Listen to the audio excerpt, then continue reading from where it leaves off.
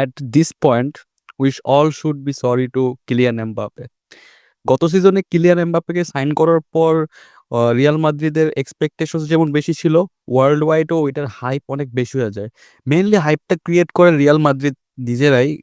আর ওই হাইপ অনুযায়ী এমবাপ্পে আসলে নিজের পারফরমেন্সটা দেখাইতে পারে নাই। দ্যাটস ওয়াই আর কি ওই সিজনের প্রথম 6-7 মাস এমবাপ্পেকে ভালো পরিমাণই ট্রল করা হয়েছিল। অ্যান্ড পরবর্তীতে সিজনের লাস্ট ফেজে গিয়ে এমবাপ্পে যদিও গোল স্কোর করছে, কিন্তু ইমপ্যাক্ট ওয়াইজ ওইরকম আর কি ও গত সিজনে নিজেকে শো করতে পারে নাই। নিজের পুরোপুরি আর কি দিতে পারে নাই।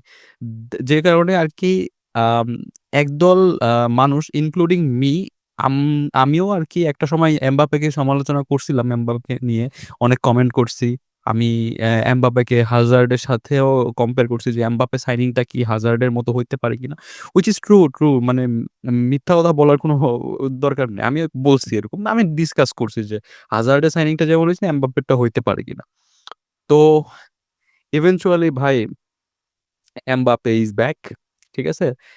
ও এই সিজনের শুরুতে আমি ওর ফিজিক্স দেখে আমি বুঝে গেছি যে ও ডিফারেন্ট কিছু করার ট্রাই করতেছে। ও গত ২-৩ বছরের ওর ফিজিক্সের দিকে যদি তাকাই, ও একটু আর কি একটু ওয়েট গেইন করছিল। একটু মানে মোটা হয়ে গেছিল। ঠিক আছে? মানে একটু নাম্বার 9 দের মতো, নাম্বার 9 রা যেরকম বডি শেপ রাখে মেইনলি ও ওরকম হয়ে গেছিল। আমি জানি না কেন, বাট এই সিজনে আপনি যদি ওর ফিজিক্সের দিকে তাকান, হি ইজ মোর আর কি ওয়েট লুজ করছে, স্কিনি লাগতেছে ওকে। অ্যান্ড আগের থেকেও অনেক বেশি ফাস্ট লাগতেছে, অ্যাজিলিটি অনেক বাড়ছে, ড্রিবলিং তো করতেছে। তার মধ্যে জাভি আলোনসো তো ফ্রি রোল দিয়ে রাখছে। অ্যান্ড সিজনের যেভাবে স্টার্ট করছে প্রথম ২ ম্যাচেই ৩ টা গোল, হুইচ ইজ ভাই এটা মানে বার্সেলোনা ফ্যান হিসেবে একটু ভয় লাগতেছে যে এমবাপ্পেকে একটু ভয় লাগারই কথা। বিকজ বার্সেলোনার এগেইনস্টে ওর রেকর্ড আগে থেকে অনেক বেটার, পিএসজি তে থাকা অবস্থাতেই বেটার।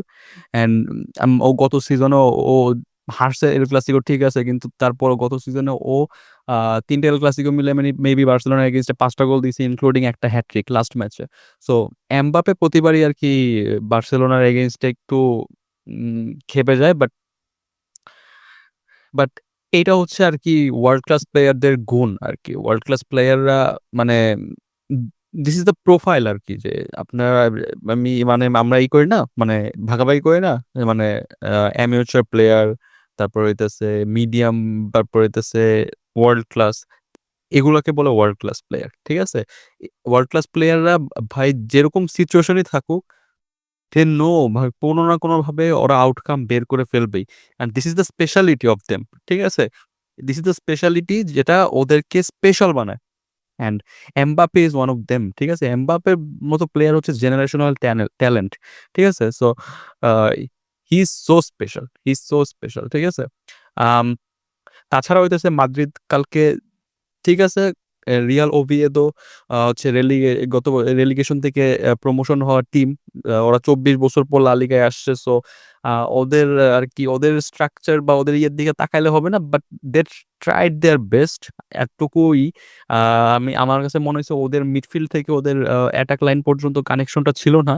অনেক সময় দেখা গেছে যে ওদের ফরওয়ার্ডরা রান মেক করতেছে, কিন্তু মিডফিল্ড থেকে বা হচ্ছে ফুল ব্যাক থেকে বলগুলা আর কি ওরা প্রোভাইড করতে পারতেছে না ওদের অ্যাটাকারদের। মানে একটা কানেকশন মিসিং আছে। বা হয়তো রিয়াল মাদ্রিদের মতো টিমের এগেইনস্টে, এত কোয়ালিটিফুল টিমের এগেইনস্টে ওরা অনেক মানে প্রথমবার খেলতেছে দেখে হয়তো দে ওয়ার কনফিউজ বা নার্ভাস, এরকম টাইপেরও হইতে পারে। বাট রিয়াল মাদ্রিদের প্রথম ৭০ মিনিটের কথা যদি বলি, দে ওয়ার মানে এভারেজ ছিল। ঠিক আছে? 1.92 এর এক্সজি ক্রিয়েট করছিল প্রথম ৭০-৭৫ মিনিটে। বল পজিশন রাখছে, ঠিক আছে, দ্যাটস গুড। বাট আর কি ফরওয়ার্ড বল খুবই কমই গেছে। বাট দে খুবই ভালো খেলছে। মানে এত খারাপ না, মানে সমালোচনা করার মতো না। বাট কথা হচ্ছে যে এই আর কি এই সেম ট্যাকটিক্সে যদি মানে কোনো মিডিওকর টিমের এগেইনস্টে খেলে, দে আমার আমার মনে হয় দে উইল সাফার। হইতে পারে, হইতে পারে, নাও হইতে পারে। ঠিক আছে? বিকজ ওসাসুনার এগেইনস্টে আমরা কিন্তু দেখছি দে সাফার্ড। ঠিক আছে? দে সাফার্ড, বাট বলা যায় না। আম সিজন মাত্র শুরু হইলো। I hope they will improve. সমস্যা নাই। যখন সময় যাবে একটা সিস্টেমে টিম অ্যাডপ্ট হবে অ্যান্ড প্লেয়ারদের মাঝখানে যখন একটা বন্ডিং ক্রিয়েট হবে, দে উইল মানে কি বলে অ্যাডপ্ট করতে পারবে অ্যান্ড দে উইল ইমপ্রুভ। ঠিক আছে? একে অপরের সাথে যেমনটা গত সিজনে যদি আমরা দেখি হান্সি ফ্লিক বার্সেলোনায় আসার পর ১ম কিন্তু একটু প্যারা হইছে সবার অ্যাডপ্ট করতে। কিন্তু যখন অ্যাডপ্ট করতে পারছে, তাদের থেকে বেটার টিম আর ওয়ার্ল্ডে ছিল না। ঠিক আছে? আর্গুয়েবলি। ঠিক আছে? আর সবচাইতে আর আরেকটা কথা যেটা হচ্ছে যে আম চুয়ামেনি, চুয়ামেনি ভাই রিয়াল মাদ্রিদের বর্তমান টিমের ইঞ্জিন হচ্ছে চুয়ামেনি। ঠিক আছে? আ আমি কি বলে আ আমরা যেরকম হচ্ছে পেদ্রি অ্যান্ড ফ্র্যাঙ্কি ডিয়ং এর উপর নির্ভর, এই সিজনে মাদ্রিদ চুয়ামেনির উপর নির্ভর হইতে যাইতেছে। বিকজ মডার্ন ফুটবলে উই অল নো যে আছে ডিফেন্সিভ মিডফিল্ডার বা হচ্ছে হোল্ডিং মিডফিল্ডার বা আমি বলি অ্যানকরম্যান, এই টাইপের প্লেয়ারদের যে কত আর কি দরকার আছে। বিকজ আপনি এটা হচ্ছে 90s কি বলে 2010 এর ফুটবল না বা হচ্ছে 2020 এর ফুটবল না যে আপনার উইঙ্গারদের দিয়ে আপনি ডিফেন্ড করাবেন, আপনার ফরওয়ার্ডদের দিয়ে আপনি ট্র্যাক ব্যাক করাবেন, আপনি ডিফেন্সিভলি ওদেরকে করবেন। না, মডার্ন ফুটবল এটা হয় না। এখন প্রেস ওয়াইজ ফুটবল। আপনার ফরওয়ার্ডরা থাকবে উপরে। ঠিক আছে? দ্যাটস ওয়াই আপনার যদি ফরওয়ার্ডদের উপরে রাখতে হয়, আপনার মিডফিল্ডে কন্ট্রোল রাখতে হবে। আপনার মিডফিল্ডাররা যদি বলের কন্ট্রোল রাখতে পারে, দেন হচ্ছে আপনার ফরওয়ার্ডদের ডিফেন্ড করা লাগবে না। যেটা সোজা কথা।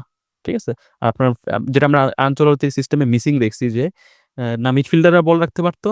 আর সবচাইতে বড় সমস্যা ছিল যে ভিনি এমবাপ্পে তো ট্র্যাক ব্যাক করবে না বা নিচে নামবে না, ডিফেন্ড করবে না। সো তারা মারা খাইতেছিল এক কথায়। কিন্তু জাভি আলোনসোর সিস্টেমে এটা better. He find it out যে ও কি বলে মিডফিল্ডাররা যদি বল রাখে, মিডফিল্ডাররা বল রাখলে ফরওয়ার্ডদের ডিফেন্সিভলি আসা লাগবে না। দ্যাটস এ ভেরি মানে কি বলে ইমপ্রেসিভ ডিসিশন আর কি। আর সবচেয়ে বড় কথা হচ্ছে যে আর্দা গুলার এবং চুয়ামেনি ভালোভাবে অ্যাডপ্ট করতে পারতেছে। ভালভের্দেও কালকে অনেক ভালো ম্যাচ ছিল। একটা গোল পাইছিল, মানে একটা সেটার পাইছিল, বাট ওটা মিস করে নেয়। পরবর্তীতে যখন হাইলাইটস দেখছি যে that was a save from Real Oviedo's goalkeeper and that was a great save ভাই। হালকা ফিঙ্গার টিপস লেগে গেছে। অ্যান্ড মাস্তানতুনোকে আমার ভাল লাগছে। হি ইজ টু ম্যাচিউর আরকি বয়সের তুলনায় ফিজিক্যালি অ্যান্ড মেন্টালি। দেখে মনে হইতেছে যে ভাই হি টাইম ট্রাভেল করে আসছে এরকম টাইপের। বাট আ আস্তে যখন ম্যাচ ডে গুলো বাড়বে ও টিমের সাথে সেটেল হইলে হি উইল বি সো কি প্লেয়ার ফর রিয়াল মাদ্রিদ। আমি হ্যাপি যে জাভি আলোনসো কালকে হচ্ছে রদ্রিগো এন্ড মাস্তানতুনোকে স্টার্ট দিছে। রদ্রিগোর একটা ভালো গেম ছিল। আ ওভারঅল আম পুরো টিমেরই একটা ভালো গেম ছিল। ডিন হুইসেন ভাই, ওকে নিয়ে আমি যত প্রশংসা করব তত কম হয়ে যায়। ঠিক আছে? এই প্লেয়ারটাকে মাদ্রিদ জাস্ট স্টিল করে নিয়ে আসছে। মানে 50 মিলিয়ন হ্যাঁ, 50 মিলিয়নে ভাই হুইসেনের মতো প্লেয়ার ইস সো ভাই ইট ইস এ ভাই 10 on 10 সাইনিং। ঠিক আছে? আর ওভারঅল এই রিয়াল মাদ্রিদ থেকে নিয়েছিল অ্যান্ড ভিনিসিয়াস এসে গোল মারছে। That is very good. ভিনিসিয়াসের জন্য এটা ওয়েক আপ কল যে আ কি বলে you are not the first man বা আপনি স্টার্টার না। আপনি খারাপ খেললেও স্টার্টার না। ইফ ইউ প্লে ব্যাড আপনাকে বেঞ্চে বসতে হবে। So this is the ওয়েক up call and আমি মনে করি ও ভালোভাবে রেসপন্স করছে অ্যান্ড আ কালকে হচ্ছে জাবি আলোনসো অলমোস্ট সবাইকে মেবি টাইম দিছে টিমের। অ্যান্ড সেবায়োসও খেলছে। সো দ্যাট ইস গুড যে আরকি যে সবাইকে ইম্পোর্টেন্ট ফিল করানো টিমের যে ইয়েস আমরা কি বলে yes all of you are important for me. ঠিক আছে? আমাদের সিস্টেমের জন্য। So that is very good. সো এই ছিল আরকি রিয়াল মাদ্রিদকে নিয়ে। এখন একটু ম্যানচেস্টার ইউনাইটেডকে নিয়ে কথা বলি। কালকে ম্যানচেস্টার ইউনাইটেড তাদের ম্যাচ ড্র করছে ফুলহামের এগেইনস্ট এ। সো আ ভাই ম্যানচেস্টার ইউনাইটেডের আরকি উম প্রবলেমটা কোন জায়গায় আমি এটা নিয়ে কথা বলব। বাট ম্যাচে কি হইছে আগে এটা নিয়ে বলি যে আম শুরু ৪৫ মিনিটের আশেপাশে মেবি এমবুয়েমের ক্রস থেকে ক্রস না কর্নার কিক থেকে আরকি লেনিওরো গোল করে দেন হচ্ছে ফুলহাম সেকেন্ড হাফে ইকুয়ালাইজ করে ফেলে। আর আর যদি আমি ম্যাচের ট্যাকটিক্স নিয়ে কথা বলতে যাই, সো প্রবলেম হচ্ছে যে আম ম্যানচেস্টার ইউনাইটেডের মিডফিল্ড। আপনি অ্যাটাকার দিয়ে ভরায় রাখছেন এই কি বলে ওই সামার উইন্ডোতে। বাট আপনার মিডফিল্ডের মধ্যে কোনো আরকি কম্বিনেশন নাই বা মিডফিল্ডারদের মধ্যে ওই কোয়ালিটি নিয়ে আমি কথা বলব না। কোয়ালিটি অবশ্যই আছে। মেসন মাউন্ট, ক্যাসেমিরো, দেন হচ্ছে ব্রুনো, তারপর হচ্ছে ম্যাথিস কুনহাও আরকি নাম্বার 10 হিসেবে খেলতে পারে because he is a very good ball career. ঠিক আছে? ও ভালোভাবে বল ক্যারি করতে পারে। সো কোয়ালিটি নিয়ে যাব না। বাট সবচাইতে বড় সমস্যা হচ্ছে যে ব্রুনো ফার্নান্ডেজকে তারা আরকি আ এপ হিসেবে পিভোটাল রোল হিসেবে রোলে রাখছে কালকে অ্যান্ড এটা ওয়ার্ক করে নাই। আপনি যদি ব্রুনো ফার্নান্ডেসের লাস্ট কয়েক বছরের প্রোফাইল দেখেন, ও অপোনেন্টের বক্সের সাইডে বেশি এফেক্টিভ দেন আপনার বক্সের সাইডে। বুঝতে পারছেন? আপনার হাফের থেকে অপোনেন্টের হাফে হি ইজ মোর কি বলে? এফেক্টিভ। মোর আরকি ও খুলতে পারে। He is a attacking midfielder type player. He is an almost he is a box to box midfielder but আপনি যত বেশি ব্রুনো ফার্নান্ডেজকে অপোনেন্টের বক্সের দিকে রাখবেন অ্যান্ড তত বেশি আপনার উম ভালো হবে। আপনি রেজাল্ট গেইন করতে পারবেন। But that is A saw but that's sad যে ভাই কালকেও ম্যান ইউনাইটেড আরকি করছে। পয়েন্ট লুজ করছে। আমি কালকে খেলাটা দেখছি। আম অ্যান্ড আমার কাছে খুবই আফসোস লাগতেছে যে মানে ওয়াই আরকি এত কিছুর পরও অ্যান্ড দোষ যে শুধু প্লেয়ারদের তা না। ঠিক আছে? আপনি আপনার মিডফিল্ড যদি ওয়ার্ক না করে, ঠিক আছে? দোষ কিন্তু আপনার ট্যাকটিক্স এরও আছে। তাই না? সবসময় প্লেয়ারদের দোষ না।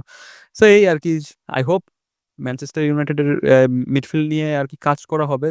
ভাই এই কি বলে ইউনাইটেডের এখনো টাইম আছে ভাই। আপনারা যেহেতু এত টাকা খরচ করতে পারছেন, ৳৬০ খরচ করেন। এখনো ট্রান্সফার উইন্ডোতে আজকে ২৫ তারিখ, ৬ দিনের মতো টাইম আছে। ৩১ তারিখ পর্যন্ত ট্রান্সফার উইন্ডো খোলা। সো ট্রাই টু সাইন আরকি হোল্ডিং বা মিডফিল্ডার। সো মানে অর্কেস্ট্রেটর টাইপ যেমন হচ্ছে আপনার ওডেগার্ড বা হচ্ছে আ আর্সেনাল যেমন জুবিমেন্ডিকে সাইন করছে, এরকম টাইপের একটা প্লেয়ার সাইন করার ট্রাই করেন।